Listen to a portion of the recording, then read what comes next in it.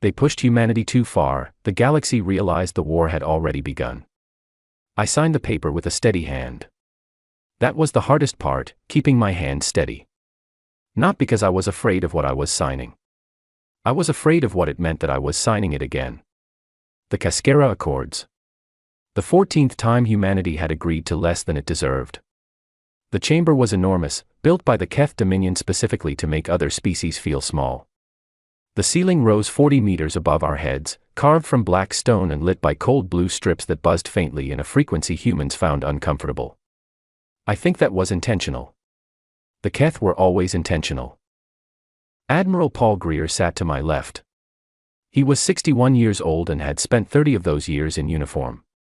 He held his pen like it was a weapon. His hand, I noticed, was not steady. It trembled once, just before the nib touched the page, and then he locked it down through what I could only imagine was 40 years of practiced discipline. He signed.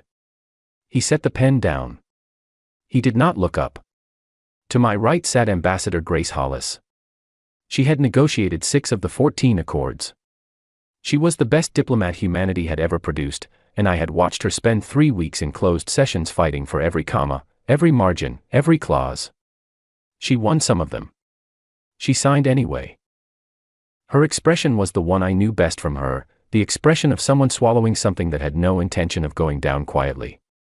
I was there as a witness. Commander Sarah Voss, attached to Earth Joint Command, present by official order, contributing nothing except my signature at the bottom of page 11. I was 34 years old. I had been told this was an honor. On the other side of the table, the Keth delegation did not bother hiding their satisfaction. First Speaker Gareth Soule watched us the way a landlord watches a tenant finally paying overdue rent. He did not celebrate. He did not need to. The Keth had learned long ago that they did not need to celebrate. They just needed to wait. The Accords gave them 3 things. Reduction of the human colonial fleet by 30% over 18 months. Formal recognition of Keth authority over the Vareth Corridor, a stretch of space that included 4 human-settled systems. And a new inspection clause, granting Conclave representatives the right to board and audit any human vessel operating within 100 light-years of Keth space. In exchange, we received a formal apology for what had happened on Vareth 4, worded so carefully that it managed to acknowledge nothing. We received extended trade licenses that came with fees that would cost us more than the licenses were worth. And we received what Grace Hollis had fought hardest for, a guarantee that no further human colonies would be displaced without 60 days' notice and a resettlement fund. 60 days. As if 60 days was enough time to uproot a life. My brother Owen had been given 48 hours. He was 29 when the Keth Relay Station project was announced. He was living on Vareth 4 with his partner and their daughter, in a settlement that had been built over 12 years by 300 families who had traveled 11 light-years to start something new. He was a structural engineer. He built water recycling systems. The kind of work that does not sound important until you realize that without it, people die of thirst. Owen called me when the notice went out. I was aboard a patrol frigate near the edge of the Elian system, running a routine scan that turned up nothing, as all my routine scans in those years turned up nothing. He was not panicking. That was what I remember most. He described what was happening in the same even voice he used for everything, the voice of a man who had been raised to believe that steady handling was the answer to any crisis. They had been told to gather what they could carry. Resettlement transports were arriving in 46 hours. The relay station construction teams were already on the ground on the other side of the settlement, and the equipment they were using was loud enough that Owen could hear it through the walls of his house. He told me his daughter had asked him where they were going. He told me he had not known what to say. I told him it would be sorted out. I told him these things always got sorted out. I told him to stay calm, stay cooperative, and I would make some calls. I made the calls. Every single one went nowhere. The Conclave had approved the station. The Keth had rights to the corridor under the 9th Accord. The displacement was legal. The settlement fund would cover relocation costs. Was there anything else I could help with? 3 weeks later, Owen was dead. Not from anything dramatic. Not from violence or sabotage or a Keth weapon.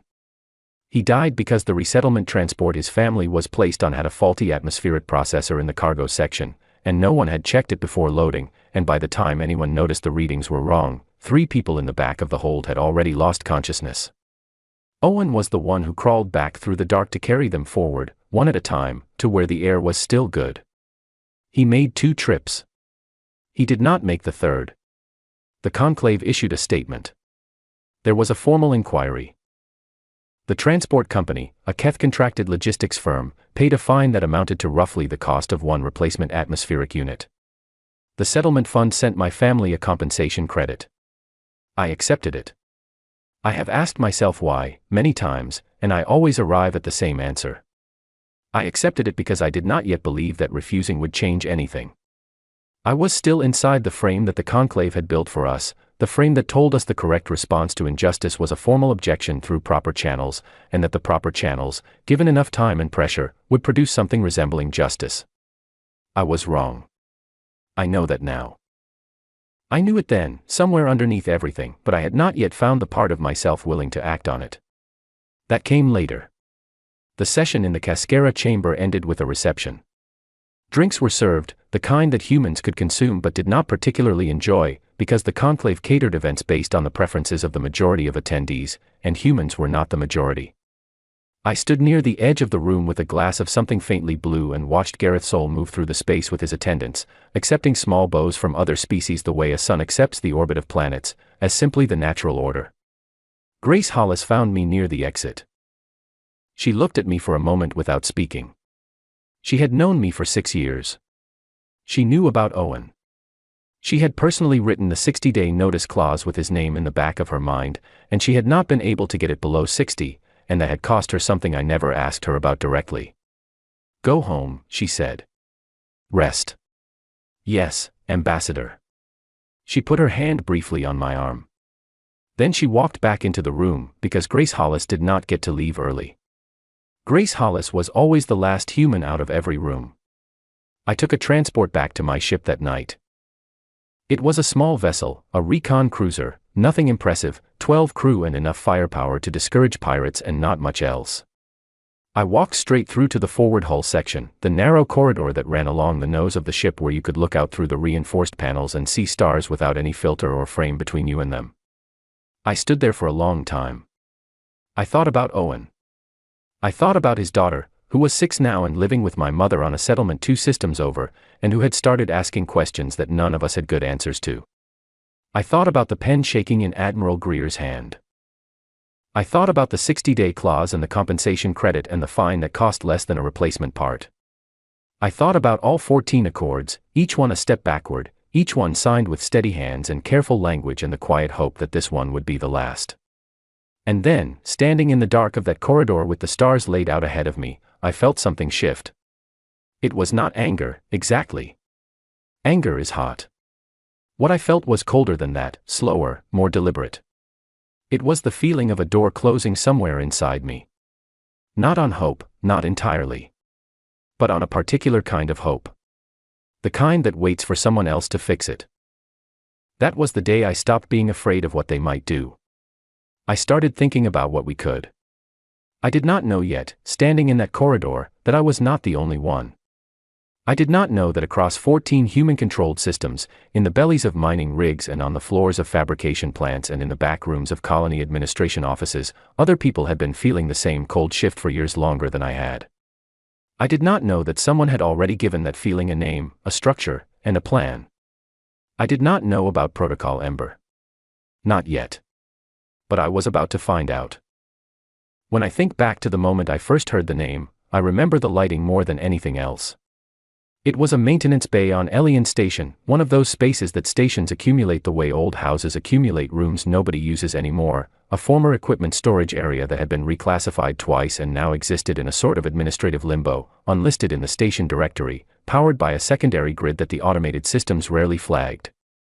I was there because Chief Engineer Ned Calloway had asked me to come. Ned was the kind of person who existed at the edge of every official record. He had been with Earth Joint Command for 22 years and had a service file that was thoroughly unimpressive, a string of postings to secondary installations, a handful of commendations buried under a larger handful of formal notations for independent decision-making and procedural deviation. His superiors had considered him a capable but difficult engineer who was never quite where the regulations expected him to be. His actual superiors, the ones whose names did not appear on any organizational chart, considered him indispensable. He was waiting for me in the maintenance bay with two other people I had never met. The first was a woman named Carol Finch. She was a logistics coordinator attached to the Verith Corridor Resettlement Program, which meant she had spent the last 4 years moving human families out of their homes and into temporary housing, cataloging every displaced person, every lost belonging, every community dissolved by a Keth land order. She had the look of someone who had been doing difficult work in silence for a very long time. Her handshake was brief and firm, and she looked at me the way people look at someone they have already decided to trust before meeting them. The second was a man named Roy Hatch. He was harder to place. Mid-40s, civilian clothes, the kind of face that did not announce anything about itself. He had no obvious connection to the military or the colonial administration. He turned out to be a communications engineer who had spent 15 years working with fold space relay networks, the systems the Conclave used to transmit signals across star systems, and he knew those systems the way Ned knew engines. From the inside. From the parts nobody else thought about. Ned poured 4 cups of coffee from a thermos he had brought himself. He did not ask how I took it. He handed me a cup and said, "You signed the Cascara Accords 3 days ago." "I witnessed them," I said. "Right," he said. "And before that, you spent 6 years following orders that led to 14 of those things." I looked at him. "I'm not saying that to make you feel bad," he said. "I'm saying it because I need to know where your head is now. Not 3 years ago. Now." "My head," I said, "is in the same place as my hand 3 days ago. Neither of them has anywhere left to go." Ned nodded. He sat down on a cable spool and looked at me for a moment. Then he said, "Have you ever heard of Protocol Ember?" I had not. What he told me over the next 2 hours rearranged everything I thought I knew about the last 4 decades of human history. Protocol Ember had been conceived 41 years earlier, in the immediate aftermath of the Heron incident, the first major humiliation, the one that the history files described as a diplomatic misunderstanding and that anyone who had actually been there described as something else entirely. A human survey vessel had entered a region of space that the Conclave had not yet formally claimed and that no published boundary placed off limits, and it had been intercepted by a Keth patrol fleet, stripped of its navigation systems, and returned to human space with a formal Conclave notice that the region was now under Keth jurisdiction retroactively, effective from the date of the incident, and that the human vessel had therefore been in violation of Keth territorial law. The Conclave upheld it. Earth filed a protest. The protest was acknowledged and set aside. In the weeks that followed, a group of 12 people inside Earth Joint Command had a series of conversations that never entered any official record. They were senior officers, mostly, but also 2 engineers, a logistics specialist, and a civilian economist named Arthur Slade who had spent years studying Conclave trade structures and had come to conclusions that made everyone around him deeply uncomfortable. Their central question was simple. If the diplomatic path had a ceiling, what was the alternative? Their central answer, arrived at after a great deal of argument, was also simple. Preparation. Not aggression. Not provocation. Not anything that would give the Conclave legal justification to move against humanity. Just preparation. Quiet, patient, distributed, deniable preparation for the day the ceiling became a floor. They called it Ember. The idea being that an ember does not look dangerous. It is dim, nearly invisible, easily overlooked. But it holds heat. And given the right conditions, it does not stay an ember. The structure they built was the thing that stunned me most when Ned explained it. There was no central command. No dedicated facility, no uniform branch, no budget line that anyone could find and trace back to a single source. Protocol Ember was embedded inside everything. Mining operations throughout human-controlled space were equipped with modular hardpoints, standard structural brackets, by their official specification, that could be fitted with rail acceleration systems in under 6 hours by a crew that knew what they were doing. The ships were already pre-stressed to handle the recoil. The crew manuals contained what looked like standard maintenance procedures that were, to the trained eye, assembly instructions. Cargo freighters had fold-capable hulls. Not fold drives. Those were the one piece of Conclave technology that humanity had never been permitted to independently develop. But the hulls were built to handle the stress of fold transit without the structural failures that would otherwise make retrofitting a drive impossible. When the drives became available, the hulls would be ready. Colony administration offices maintained sealed equipment caches registered as emergency disaster response stores. Terraforming drone fleets operated on software that included locked secondary instruction sets, accessible only by a specific coded input sequence. Long-range sensor arrays on the edges of human space doubled as targeting networks. None of it, individually, was illegal. None of it, individually, looked like anything other than what it claimed to be. The Conclave's inspection teams had passed over human installations hundreds of times in 40 years and found no violations because there were no violations to find, only a vast, patient system of preparation that was hiding not in secret bunkers but in plain sight, distributed across the ordinary machinery of human civilization. By the time I sat in that maintenance bay listening to Ned Calloway explain it, the system had been building and refining itself for 41 years. There were 4,400 Ember-class warships in asteroid belts and deep space caches. 800 stealth frigates were parked in fold space at coordinates held by Ember cell coordinators, people like Ned, people like Carol, scattered across every human system. There were 22 mining arrays that were not mining arrays. I sat very still for a long time after he finished. Who knows about this? I asked. Officially, nobody, Ned said. Practically, a lot of people. More than you'd think. Ordinary people. Mostly ordinary people, Carol said. It was the first thing she had said in 20 minutes. Officers helped design it. But it's the engineers, the miners, the cargo pilots, the colony administrators who built it and maintained it and kept their mouths shut about it for 4 decades. Nobody asked most of them to do it. They understood what was at stake. They did it anyway. That stopped me. Not because it was surprising, exactly. But because it confirmed something I had been slowly arriving at without being able to name it. Humanity had not needed to be organized into resistance. It had organized itself. The instinct for it had simply been there, dormant in ordinary people going about ordinary work, and someone 40 years ago had been smart enough to build a structure around that instinct instead of trying to manufacture it from above. Roy Hatch spoke for the first time in a while. The Keth announced this morning that they're sending an inspection fleet to Sol. Compliance check on the Cascara disarmament clause. They want to begin confirming fleet reductions within 60 days. 60 days. There was that number again. And when they get here, I said, they'll find 12 outdated destroyers and a lot of civilian traffic. That's right, Ned said. And they'll file a glowing compliance report. That's right. I thought about it. And then they'll feel safe enough to move to the next step. Ned looked at me steadily. The Conclave announced this morning, 3 hours after the inspection fleet news, that Phase 2 of the Cascara implementation will involve permanent observers on every human world. Not rotating. Permanent. With authority to flag any military or dual-use development for Conclave review. The room was quiet. Observers, Carol said, in the same tone you would use if someone had replaced a familiar word with something worse. That's what they're calling them, Roy said. I looked at my coffee. It had gone cold. I drank it anyway. I thought about what Ned had said. 41 years. 4,400 ships. 22 mining arrays that were not mining arrays.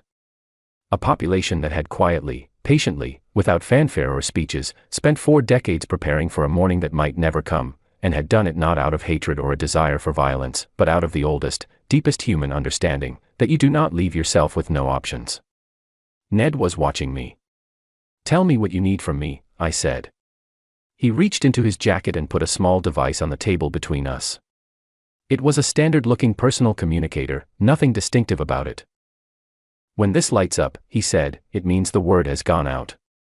Every Ember cell in every human system will receive the same signal within 90 seconds of each other. What happens after that depends on the people in those cells. And what am I? He looked at me steadily. You're a cell coordinator. You have been for 3 years. You just didn't know it yet. I looked at the communicator. How many people don't know it yet? I asked. Fewer than you'd think, he said. I picked it up. It was lighter than I expected. Or maybe I had expected everything to feel heavier than it did, now that the frame had finally broken and something real was sitting in its place. I slept poorly that night. Not from fear. From the strange, almost physical sensation of having made a decision that had actually already been made, of catching up to a version of yourself that had been waiting patiently, for a very long time, for you to arrive. At 0400 station time, my communicator lit up. I was not asleep. I had not been asleep for 2 hours. I was sitting at the small desk in my quarters with a glass of water and a blank page I had been intending to write something on and had not. When the light came on, I did not feel surprised. I felt something closer to recognition, the way you feel when a name you have been trying to remember finally surfaces.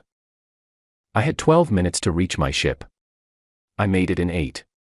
The bridge of a recon cruiser is not a dramatic space.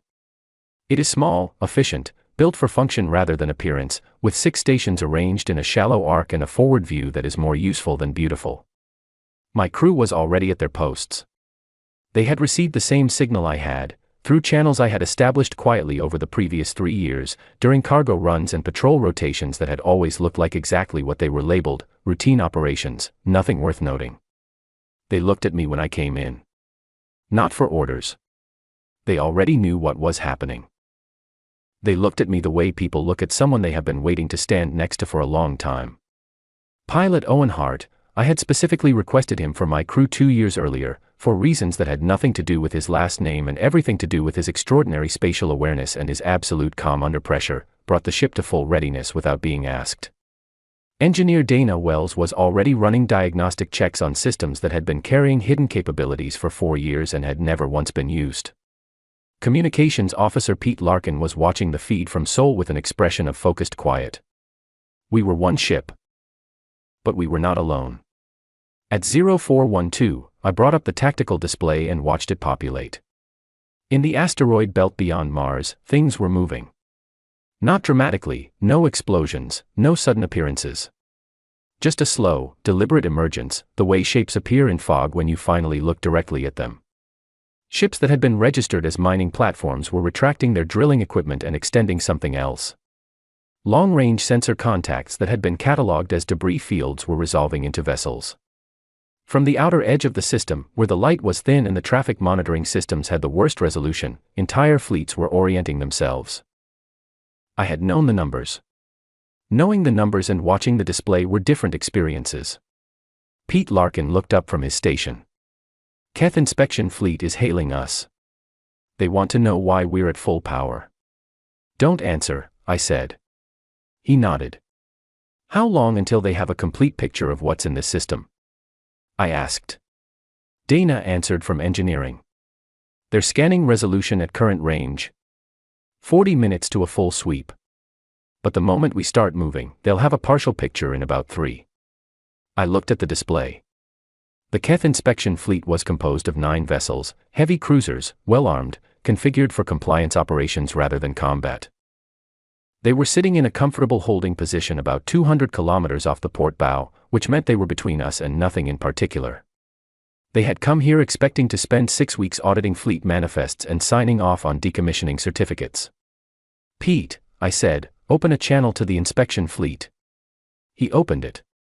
The Keth duty officer appeared on my screen. He was young by Keth standards, which meant he had probably been doing this for 30 years. He looked mildly irritated, the way officials look when something is slightly off schedule but not yet alarming.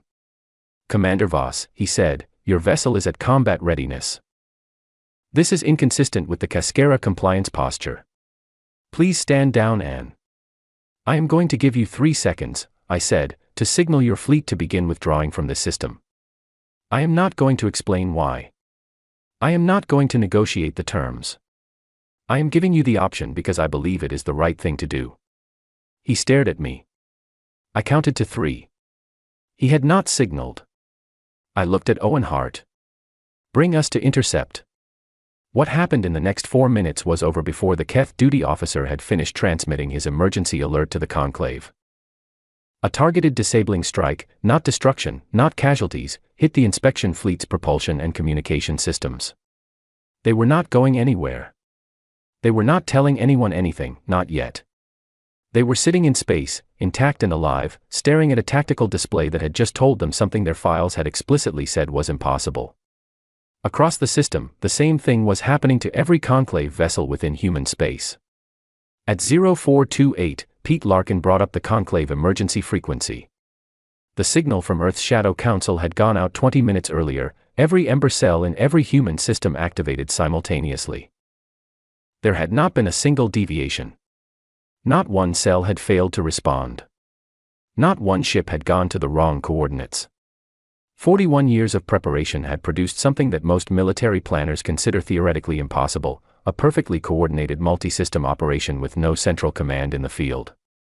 The conclave frequency was chaos. I listened to it for a moment. Voices in 6 alien languages, overlapping, urgent. Someone was demanding a status report from the Verith corridor. Someone else was trying to reach the Observer Deployment Command and getting silence. A senior Irathi official was issuing orders that nobody was acknowledging because the systems those orders were traveling through had been taken offline 3 minutes earlier by Roy Hatch and his team, working from a relay node on the edge of Keth space that they had spent 4 years mapping. "Commander," Pete said quietly, "we have confirmation from all 41 systems. Green across the board." I let out a breath. Dana looked up from her station. "What do we do with the inspection fleet?" "We wait," I said. "They'll make contact when they're ready to talk." She nodded. I looked at the forward view. The stars were the same. They were always the same, indifferent to everything happening in the dark between them. But the space they lit felt different now. Less like a map of places we were permitted to go. More like what it actually was.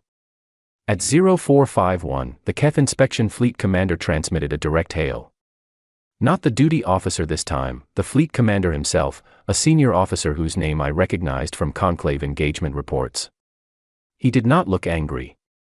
He looked like a man reassessing a mathematical problem he had believed was solved. "Commander Voss," he said carefully. "We would like to understand what is happening."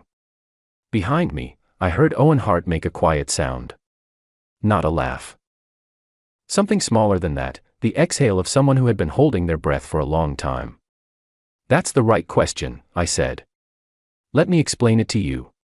What I explained to him was this. Humanity was no longer asking for its rights. Humanity was no longer submitting to inspections of systems it had built with its own hands in space it had earned with its own effort. Humanity was no longer signing accords that were dressed as agreements and functioned as instructions. What I did not explain, because some things are better shown than spoken, was that even as we were talking, 3 Keth military shipyard facilities in the outer systems were being removed from operation. Not the trade hubs. Not the residential stations. Not anything that housed civilians. Specifically and precisely the yards that had produced the vessels used in the Verith 4 operation. Carol Finch had identified them. Roy Hatch had confirmed the coordinates. Dana Wells had handled the targeting solution with a precision that had taken her 3 years to develop and 12 seconds to execute. The Irathi Grand Admiral sent a communication to my ship personally at 0600. It was formal, stern, and demanded that humanity stand down and submit to a conclave tribunal. I read it aloud to the bridge crew. Pete Larkin put his face in his hands. Not from distress. From the particular exhaustion of a man who has spent years watching powerful institutions fail to understand that the moment had passed them by. "They still think we're asking," Dana said. "They'll learn," I said. At 0800, Earth's formal communication went out on all conclave frequencies. It was 22 sentences long. It laid out humanity's position, its demands, and its terms for ceasing active operations. It was the first document in 40 years of galactic diplomacy that humanity had written entirely on its own terms, without a committee review, without a conclave mediator, without an eye toward what the other side would find acceptable. It was 22 sentences. The conclave emergency session convened at 0830. I received a live feed through a conclave frequency we had kept open for exactly this purpose. The session chamber was a large, imposing space that I had seen in broadcast footage a dozen times, rows of alien delegates arranged by species, a presiding council at the front, the kind of room designed to make the people inside it feel that whatever was being decided there was the center of the universe. The room was not calm. A Irathi military analyst was at the front, working through a tactical summary. I could see the display from the feed. It showed the human fleet positions across 41 systems, not an estimate, an actual confirmed count, compiled from the last 90 minutes of sensor data. She stopped mid-sentence. She looked at the display. She looked at the presiding council. Their fleet strength is, she said, and then paused in a way that in any language means the speaker has encountered a number that does not fit the container they prepared for it. This cannot be correct. This is not the species in our files. I saved that recording. I have kept it for 3 years. I have listened to it many times, not out of satisfaction, though I will not pretend satisfaction was entirely absent, but because that sentence contains something true and important. They had a file on us. They had studied us, catalogued us, built models of what we were capable of, and they had been confident enough in those models to structure an entire policy architecture around them. They had read the file. They had not read the people. At 0900, I received a confirmation I had been waiting for since the moment the communicator lit up at 0400. Verith 4 was in human hands. A landing force of 400 people had touched down on the surface 40 minutes earlier. The Keth garrison had been small, the facility was a relay station, not a military installation, and the Keth had never felt the need to defend it heavily because it had never occurred to them that it needed defending. The garrison had surrendered without significant resistance. The station itself was intact. In the center of where the settlement had once been, where 300 families had built 12 years of community before being given 48 hours to leave it behind, someone had already placed a temporary marker.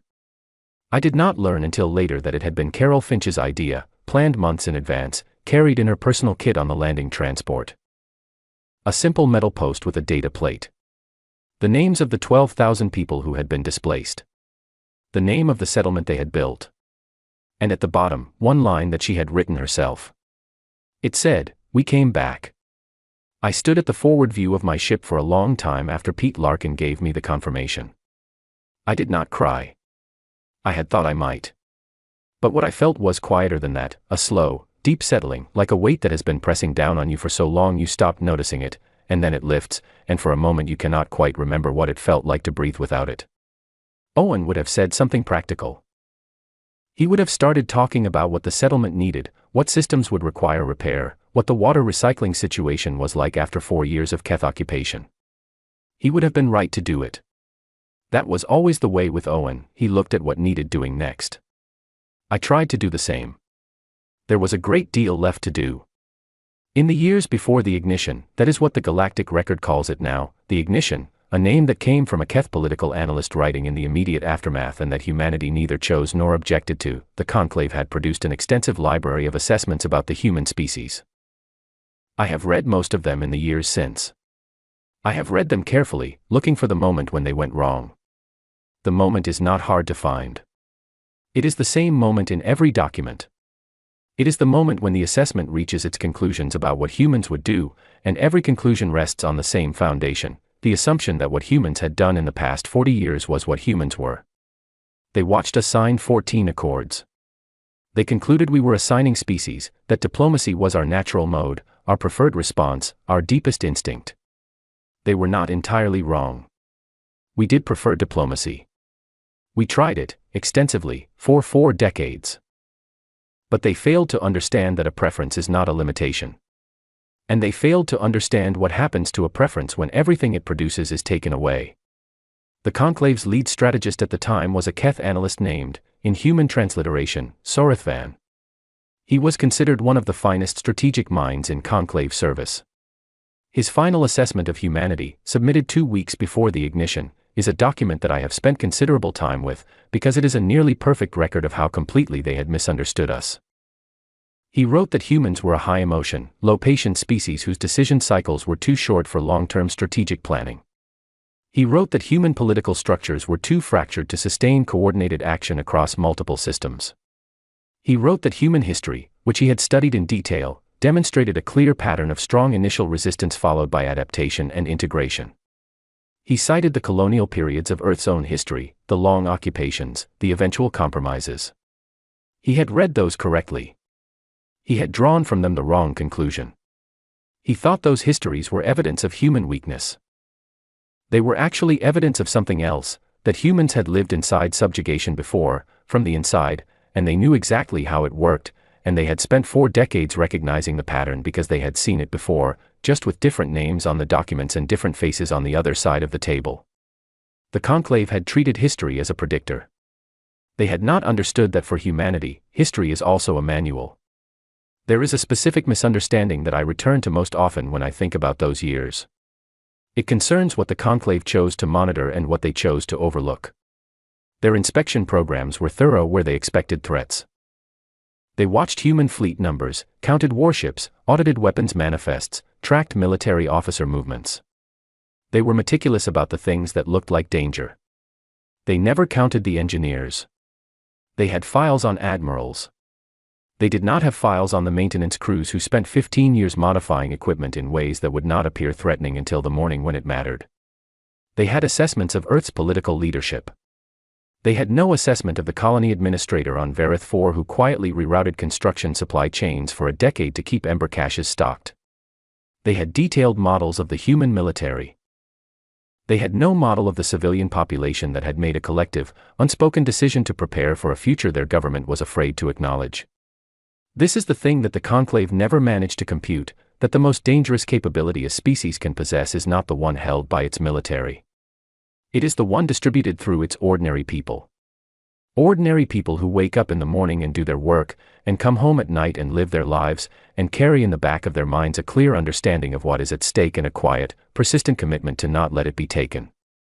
The Keth had a file on humanity. They had filled it with what they could measure. They had left out everything that mattered. I thought about Ned Calloway in that maintenance bay, pouring coffee from a thermos because it had not occurred to him to do it any other way. I thought about Carol Finch and the metal post she had carried in her kit for months, waiting for the morning she could place it in the ground where it belonged. I thought about Roy Hatch, sitting in a relay node on the edge of Keth space, keeping the conclave's communication systems alive just long enough for the ignition to be complete before pulling the connection. None of them appeared in any conclave assessment. None of them had ranks that triggered monitoring protocols. All of them had been the engine of everything. There is a concept in human history that every child on Earth learns, usually around the same age they begin to understand how large the world is and how small they are in it. The concept is simple: ordinary people, in sufficient numbers, with sufficient patience, are not ordinary at all. The history of every human civilization confirms it. The history of our species' encounter with the conclave is its most recent example. During the 9 months of active campaign, the period between the ignition and the ceasefire, I watched the conclave's strategic framework disassemble itself from the inside. Not because of the military pressure, though that was real and decisive. But because of the second thing humanity did, 3 weeks into the campaign, that the conclave did not see coming and that no military force could have prevented. Roy Hatch released the full drive schematics. 40 years of research, developed quietly and separately from the official joint programs that the conclave monitored. Not the same as conclave fold technology, different, in some ways better, in some ways simply different. Complete technical specifications, manufacturing tolerances, software architecture, material requirements. Released freely, on every frequency that reached non-conclave species, with no restrictions and no requirements attached. The conclave had maintained its monopoly on fold drive technology for 200 years. That monopoly was the foundation of its economic architecture. Species that could not fold could not trade efficiently. Species that could not trade efficiently needed the conclave's established networks. Species that needed those networks could not afford to challenge conclave authority. It was a system that had sustained itself for 2 centuries by ensuring that no one outside it had the tools to build outside it. Roy Hatch ended that in about 47 minutes. Within 3 weeks, 14 non-conclave species had begun construction programs. Within 3 months, the first non-conclave fold-capable vessel launched from a shipyard that had never previously produced anything capable of traveling faster than conventional light-speed drives allowed. Within 6 months, the trade route map of the galaxy was being redrawn by people who had never had the tools to draw it before. We had not just challenged the conclave. We had removed the mechanism by which it held everything together. The Arathi opened back-channel communications with my fleet approximately 60 days after the ignition. Of all the conclave species, the Arathi had always been the one that made me think most. They were not unkind, as galactic species go. They had occasionally advocated for more moderate treatment of humanity within conclave sessions, quiet advocacy, careful advocacy, never enough to risk their own standing but enough to suggest they were aware of what was happening. I had read the transcripts. I had found them wanting. Their representative was a diplomat named, in transliteration, Aerith Sol, no relation to the Keth first speaker. She was careful, precise, and clearly operating under instructions that gave her less room than she would have liked. She told me the Arathi were interested in discussing a transition framework. A new structure for galactic relations. They believed they could help broker an agreement that would give humanity what it was seeking without further disruption to interstellar stability. I listened to all of it. She was thorough and she was good at her work. Then I asked her one question. "Where were you," I said, "when we signed the 14th Accord?" She was quiet for a long moment. "The 12th. I said. "The 9th.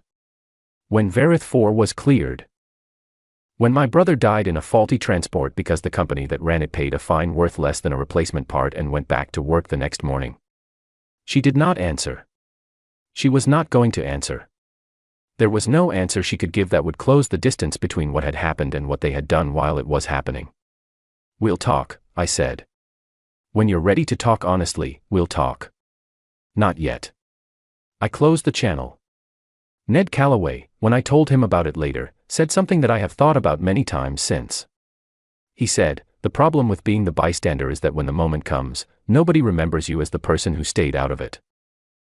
They remember you as the person who watched." He was right. The Arathi knew it. That was why they came to us first, and came quickly. The war lasted 9 months. I have heard people use larger words for it, more dramatic framings, the kind of language that turns events into monuments. I prefer accuracy. It lasted 9 months. The Keth Dominion fractured along internal lines that had existed for decades and that the campaign had simply accelerated. 3 of the 6 conclave species withdrew from the organization within 6 months of the ignition, not because humanity forced them, but because the release of the full drive schematics had made the conclave's value proposition collapse, and species that had been members out of practical necessity rather than ideological commitment saw no reason to remain. The conclave, as a governing body, ceased functioning in the 9th month. There was no formal dissolution, no ceremony. It simply stopped being able to do anything, because the architecture that had sustained it was gone, and the species that had depended on it had found other arrangements. Humanity called a halt. Stated its terms. Waited. The tribunal was held in a building I had visited once before, as a much younger officer, for a ceremony that I now remember only dimly. It was an Earth government building, real stone, real gravity, real weather outside the windows. I appreciated the weather. I had spent enough time in controlled atmosphere stations that actual rain felt like a luxury. The senators who questioned me were not hostile, for the most part. They were people trying to understand something large through the lens of their institutions, which are built for smaller things. They had legitimate concerns. Protocol Ember had operated outside official governmental authorization for 4 decades. Decisions that affected billions of people had been made by a group of 12 officers in a room 41 years ago, and the chain of consequence from those decisions ran directly to 9 months of active multi-system operations that had reshaped the galaxy. These were real questions. I sat with them. Senator Colin Webb led the session. He was thorough, fair, and visibly uncomfortable with the thing he was being asked to judge, not because he lacked courage, but because he understood, I think, that the categories his institutional framework provided were not quite the right shape for what had actually happened. He asked me whether I believed Protocol Ember had been legal under Earth's charter and Joint Command mandate. I told him honestly that it had existed in a space that the charter had not anticipated, and that I did not think legal or illegal were the correct categories for a 41-year contingency built by people who could see the ceiling approaching and made a choice about what to do before they hit it. He asked whether I believed the ignition had been necessary. I looked at him for a moment. Then I asked him, where were the voices in this chamber when the 14th Accord was signed? When the 12th colony was relocated? When Varith 4 was cleared and 12,000 people were given 48 hours and my brother died in the back of a transport because the company that killed him paid a fine worth less than the part that would have prevented it? The room was quiet. I did not say it with anger. I had moved past the kind of anger that needs volume. I said it the way you say something that has been true for a long time and no longer needs to be defended. Senator Webb looked at his hands. Then he looked up. Thank you, Commander, he said. We'll take a recess. They never resumed the session on those terms. 3 weeks later, the tribunal issued a report that I have read several times and that I find honestly unsatisfying in its careful language and genuinely satisfying in its conclusions, which were essentially that what had happened was too large for the existing frameworks to process neatly, and that the more useful question was what came next. What came next was the thing I had spent the most time thinking about, in the months between the ceasefire and the tribunal. Ned had said it to me very early, in the maintenance bay. The goal had never been to replace the conclave with something worse. Carol Finch had said it differently. She did not want the marker on Vareth 4 to be the first post in a row of conquered territories. She wanted it to be a marker for what had been lost and reclaimed, not the first item in a new catalogue of things taken from someone else. Roy Hatch, who said very little about anything that was not technical, had said it most simply: we are not the Keth. The Charter for the New Galactic Assembly, the document that emerged from 3 months of genuine, difficult, fractious negotiation involving 37 species, was not primarily a human document. Humanity proposed the framework and insisted on certain non-negotiable elements: equal standing for every species, no monopolies on fundamental technologies, clear and enforceable protections for colonial populations. Beyond those elements, we sat at the table the same as everyone else. That was, as it turned out, the thing that surprised the galaxy most. Not the fleet. Not the full drive release. Not the precision of the ignition. The thing that surprised them most was that when it was over, we sat down. The Arathi signed the charter first. It was not a gesture I had expected, and when their ambassador made the announcement, my first reaction was suspicion, a habit that 3 years of careful diplomacy was slowly working out of me. But the reasoning was transparent enough. They had been bystanders. They knew it. Signing first was the most visible thing they could do to put distance between themselves and that history. Ambassador Aerith Sol sent me a private message the morning they signed. 4 words. We should have spoken. I kept it. Out of everything in 3 years of communications, that is the one I kept. It is not an apology large enough for what happened. It does not reach back to Vareth 4 or the Ninth Accord or the 48-hour notices or the fine worth less than a replacement part. Nothing could reach back that far and close the distance. I know that. She knew that when she wrote it. But it is something. And I have learned, in the years since, that something spoken honestly is worth more than the most precise silence. I went to Vareth 4 in the spring of the 2nd year after the ceasefire. The resettlement program was ongoing. Not all 12,000 displaced people had chosen to return, and the settlement itself needed rebuilding from the foundation up, because 4 years of relay station operation had changed the land and the infrastructure required starting over in places. Carol Finch was coordinating it. She had requested and received an official assignment to the project, which meant leaving her position in the Joint Command Logistics Division and taking a civilian role on the surface, and she had done it without hesitation. The marker was still there. She had replaced the temporary post with a permanent one, same design, same data plate, same single line at the bottom. We came back. Around it, the settlement was growing again. Slowly, imperfectly, the way things grow when they are being built by real people with real limitations rather than by a plan that has not met the ground yet. I walked through it in the early morning, before the work crews started and before the children woke up. It was quiet the way places under construction are quiet, a held breath kind of quiet, full of potential rather than emptiness. I found Carol at the edge of the new water recycling station. She was looking at a set of plans and drinking coffee, and she did not look up when I approached because she had heard my steps and already knew who it was. The processor's going to be undersized by spring, she said. We need a second unit. Write it up, I said. I'll sign it. She nodded. She kept looking at the plans. We stood there for a while without talking. Around us, the settlement was waking up slowly, lights coming on in temporary structures, the sounds of early risers starting their days, somewhere to the east a child's voice asking something I could not make out. Owen would have hated the processor placement, she said eventually. Wrong side of the slope for drainage. She had never met Owen. She had read about him the way she had read about all 12,000 of them, through displacement records and files, and Carol Finch had a memory for the people in her records that went well beyond what the job required. He would have fixed it, I said. We'll fix it, she said. We'll fix all of it. I believed her. In the afternoon, I sat for a while near the marker. A child came and looked at it, a girl about 7 years old, with the focused curiosity of children who have not yet learned to walk past things that interest them. She read the plate slowly, moving her lips over the names. There were 12,000 of them. It took her a long time. When she had gone through it all, she looked up at me. Is your name on it? She asked. No, I said. My brother's is. She looked back at the plate. Which one? I showed her. She nodded, very seriously, the way children nod when they have absorbed something they intend to think about for a long time. Then she ran off toward the sound of other children somewhere in the new streets. I sat there until the light changed. I thought about Gareth Soule in the Cascara chamber, watching a sign with the expression of a landlord collecting overdue rent.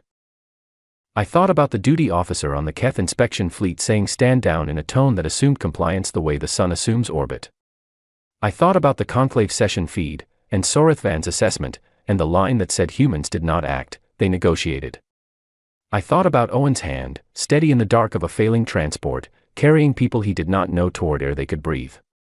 We had never, in all the long and difficult history of our species, permanently stayed down. We had been knocked down. We had stayed down for periods that had felt permanent, that had been designed to feel permanent, that had sometimes succeeded in feeling permanent for generations before something shifted and we began the long work of standing up again. They had read our history. They had seen this. They had catalogued every fall. They had simply stopped reading before the part where we got back up. That was their mistake.